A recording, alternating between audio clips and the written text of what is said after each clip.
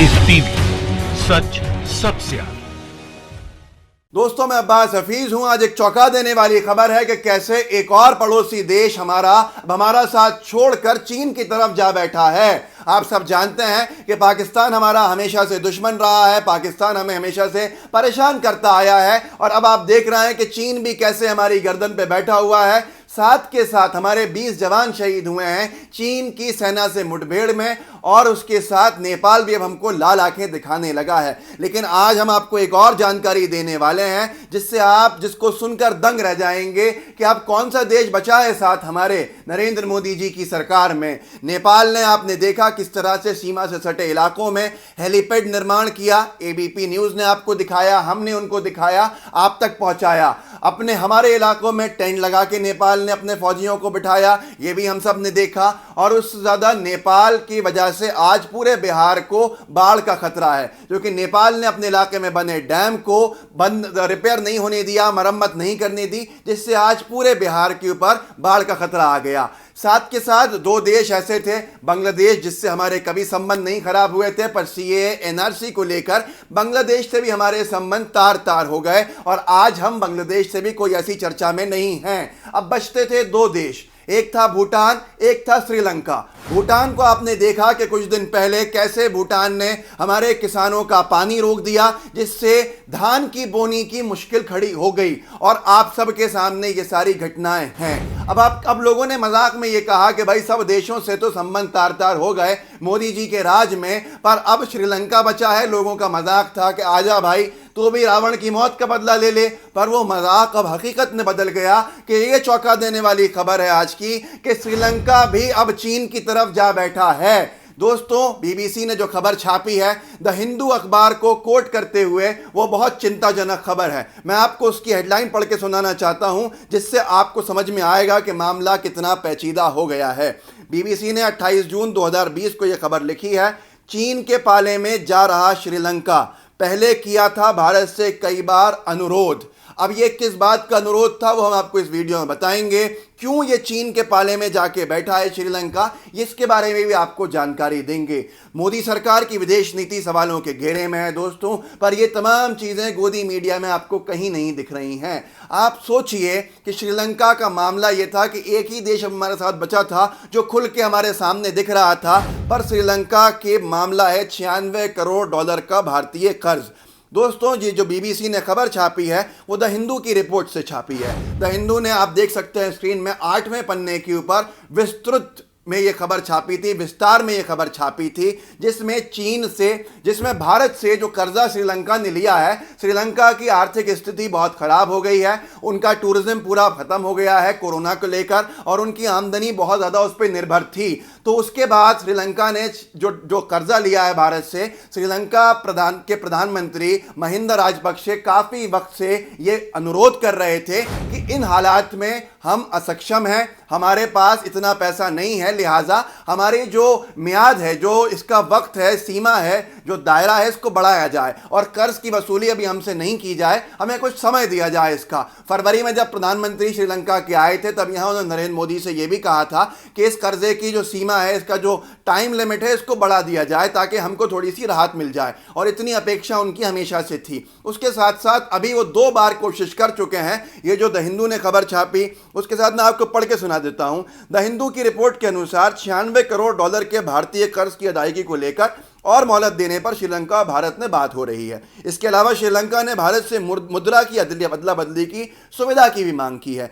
मतलब भारत के जो कर्जे, जो उनके पास पैसा है, जो करेंसी है, उसकी अदला बदली भी आरबीआई कर दे। लगभग $40,000 उन्होंने दिया था, जिसको आरबीआई ने नहीं बदला। वो 2 बार इसका अटेम्प्ट कर चुके, इसकी कोशिश कर चुका श्रीलंका, लेकिन भारतीय सरकार ने, मोदी सरकार ने भी इस पर ध्यान नहीं दिया, और साथ साथ आरबीआई ने भी इसके ऊपर ध्यान नहीं दिया, जिसके बाद श्रीलंका के हालात अब खराब होते जा रहे हैं, बद से बदतर होते जा रहे थे। लिहाजा जब उसने सारी चीज़ें अपना ली, और ये द हिंदू ने क्लेम किया है अखबार ने कि राजपक्षे ने प्रधानमंत्री मोदी से पर्सनल लेवल पे बात करके इस कर्जे की जो लिमिट है इसको आगे बढ़ाने की अपील भी करी, पर अभी तक कोई इस पर निष्कर्ष नहीं निकला। लिहाजा अगली हेडलाइन सुनिए आप, चीन की ओर गया श्रीलंका। और जगह उम्मीद नहीं दिखने के बाद श्रीलंका की सरकार एक बार फिर से चीन की शरण में जा रही है। श्रीलंका द हिंदू की रिपोर्ट के अनुसार 13 मई को चीनी राष्ट्रपति शी जिनपिंग और श्रीलंकाई राष्ट्रपति गोटाबाया राजपक्षे के बीच बातचीत हुई थी। चीन श्रीलंका को 50 करोड़ का डॉलर का कर्ज देने के लिए तैयार है ताकि वो अपनी माली हालात सुधार सके। चीन 50 करोड़ डॉलर का कर्ज दे रहा है श्रीलंका को। दोस्तों, श्रीलंका ने हमसे कर्जा नहीं मांगा था, बल्कि श्रीलंका ने मोदी सरकार से ये कहा था कि जो कर्जा दिया हुआ है श्रीलंका को, भारत सरकार ने उसकी मियाद को बढ़ा दिया जाए, उसकी समय सीमा को बढ़ा दिया जाए ताकि हम अपने वक्त पे सही से दे सकें। इस वक्त हमारे ऊपर ये अतिरिक्त भार पड़ जाएगा। पर नरेंद्र मोदी सरकार की विदेश नीति पर आप सवाल नहीं पूछ सकते। उन्होंने एक न सुनी, या जैसा भी दावा है उनको खुद कहना पड़ेगा।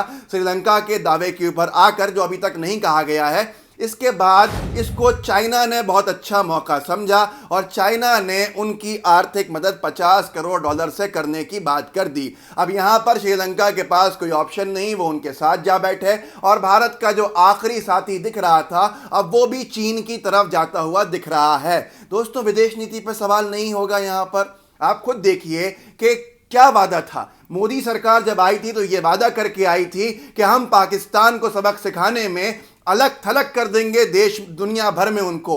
पर आज यहाँ क्या हो रहा है? हम हर एक भारतीय देखना चाहता था कि पाकिस्तान अलग थलग दिखता, लेकिन आज पाकिस्तान ने चीन की मदद कही है करने ली, या चीन ने पाकिस्तान और दूसरे देशों की मदद ली, बल्कि चीन ने हमको अलग थलग कर दिया है मोदी सरकार में। दोस्तों, मामला बहुत चिंताजनक है। मामले में बहुत ज़्यादा पेचीदा मामले दिख रहे हैं, लेकिन फिर भी गोदी मीडिया मोदी सरकार से सवाल नहीं कर रही।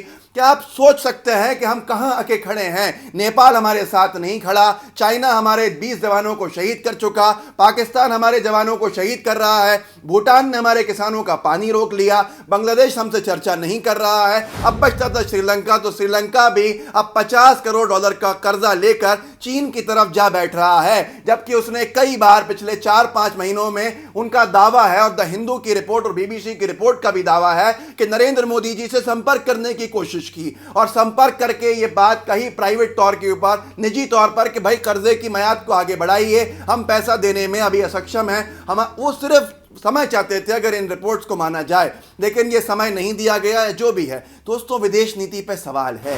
विदेश नीति पे बड़ा सवाल है कि विदेश नीति हमारी कहां पर है। आप देखिए कल के डिबेट में न्यूज़ 24 पे संदीप चौधरी ने शाहनवाज हुसैन भाजपा के प्रवक्ता पूर्व मंत्री से सवाल किया कि 3 इलाके जो कहे जा रहे हैं चीन ने कब्जे में किए हैं, चीन ने वहां घुसपैठ किया है, गलवान घाटी और दूसरे जो 2 इलाके हैं उनके अंदर, क्या वहां घुसपैठ हुआ है या नहीं हुआ है?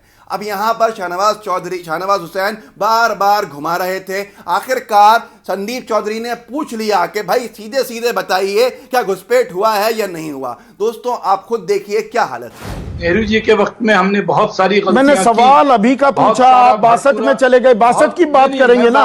मेरा बिल्कुल सिंपल पॉइंटेड सवाल है। मैं एकदम पॉइंटेड जवाब दे रहा हूं जनाब। हाँ, मैं कह रहा हूं कि शुरुआत जहां से होगी, जड़ नहीं पकड़ेंगे या मुंडी पकड़ेंगे। अब जड़ से मैं जवाब दे रहा हूं। उस वक्त जो भरोसा किया चाइना पर, चाइना ने वो भरोसा भारत का भी तोड़ा, पंडित नेहरू का भी तोड़ा। नरेंद्र मोदी, प्रधानमंत्री नरेंद्र मोदी का भी भरोसा तोड़ा ना। 18 बार शी जिनपिंग से मुलाकात हुई, 5 दफा बीजिंग गए। आजाद भारत के इतिहास में कोई प्रधानमंत्री इतनी बार बीजिंग नहीं गया। कांग्रेस के प्रवक्ता अगर बोलते हैं, आप क्यों बोल रहे हैं? आप कहिए कांग्रेस। मैं सवाल पूछता हूं, मुझे किसी पार्टी से कोई लेने देना नहीं। 18 बार मिले ना शी जिनपिंग से। घूमने गए थे क्या? तो मिले हैं ना, तो भरोसा था ना, कभी तो मिले, भरोसा था ना। हम 62 के युद्ध को भूल जाए, हम 64 के तो अभी का नहीं बताएंगे। पैंगोंग सो में क्या हो रहा है, गलवान घाटी पेट्रोलिंग पॉइंट 14 पर क्या हो रहा है, डेप्सान में क्या हो रहा है, ये नहीं बताएंगे। मैं आपको कह रहा हूं, हमारी सेना ने जामे शहादत पिया है। आप जो शहीदों की श्रद्धांजलि के नाम पर राजनीति कर रहे हैं ना, प्रधानमंत्री पर सवाल ये है, कोई अपमान नहीं करता। शहादत की नौबत क्यों आई? खुद शाहनवाज हुसैन, शहादत की नौबत क्यों आई? आई ना, चाइनीज धोखे से आई, तो वही धोखा आए, वो दिया ना, तो ये धोखाबाज बात मुल्क है। मानिए ना। तो दोस्तों ये हालत है नरेंद्र मोदी सरकार के जो प्रवक्ता हैं वो भी ये नहीं बता सकते कि कहां कब्जा हुआ है नहीं हुआ है। बार बार सेना को ले आते हैं कि सेना से सवाल हो रहा है। भाई सेना से नहीं, आपकी सरकार पर सवाल हो रहा है जिसका जवाब आपको देना चाहिए। ये जवाब नहीं देंगे। उसके साथ साथ दूसरा सवाल विदेश नीति पर है। भाई इतने बड़े एक्सपर्ट जयशंकर जी को लेकर आए थे विदेश मंत्री बनाकर, जो फॉरेन सर्विसेज में थे, उन्होंने क्या किया? नरेंद्र मोदी जी ने हर देश के दौरों के बाद क्या किया? आज इसका सवाल है कि कैसे श्रीलंका चीन की गोद में जाके बैठ गया। इस पे अगर आप सवाल पूछ लो तो आप देशद्रोही हो जाओगे। दोस्तों मैंने आपको बताया कि कैसे चीन ने भारत के आसपास के सारे देशों को अपने साथ मिला लिया है अपनी विदेश नीति के चलते, अपने पैसों के दम पे, व्यापार के दम पर। लेकिन नरेंद्र मोदी जी क्या कर रहे हैं, क्या कह रहे हैं? और आज हमने आपको खुलासा भी किया था कि कैसे चीनी कंपनियों से पैसा पीएम केयर फंड में लिया गया,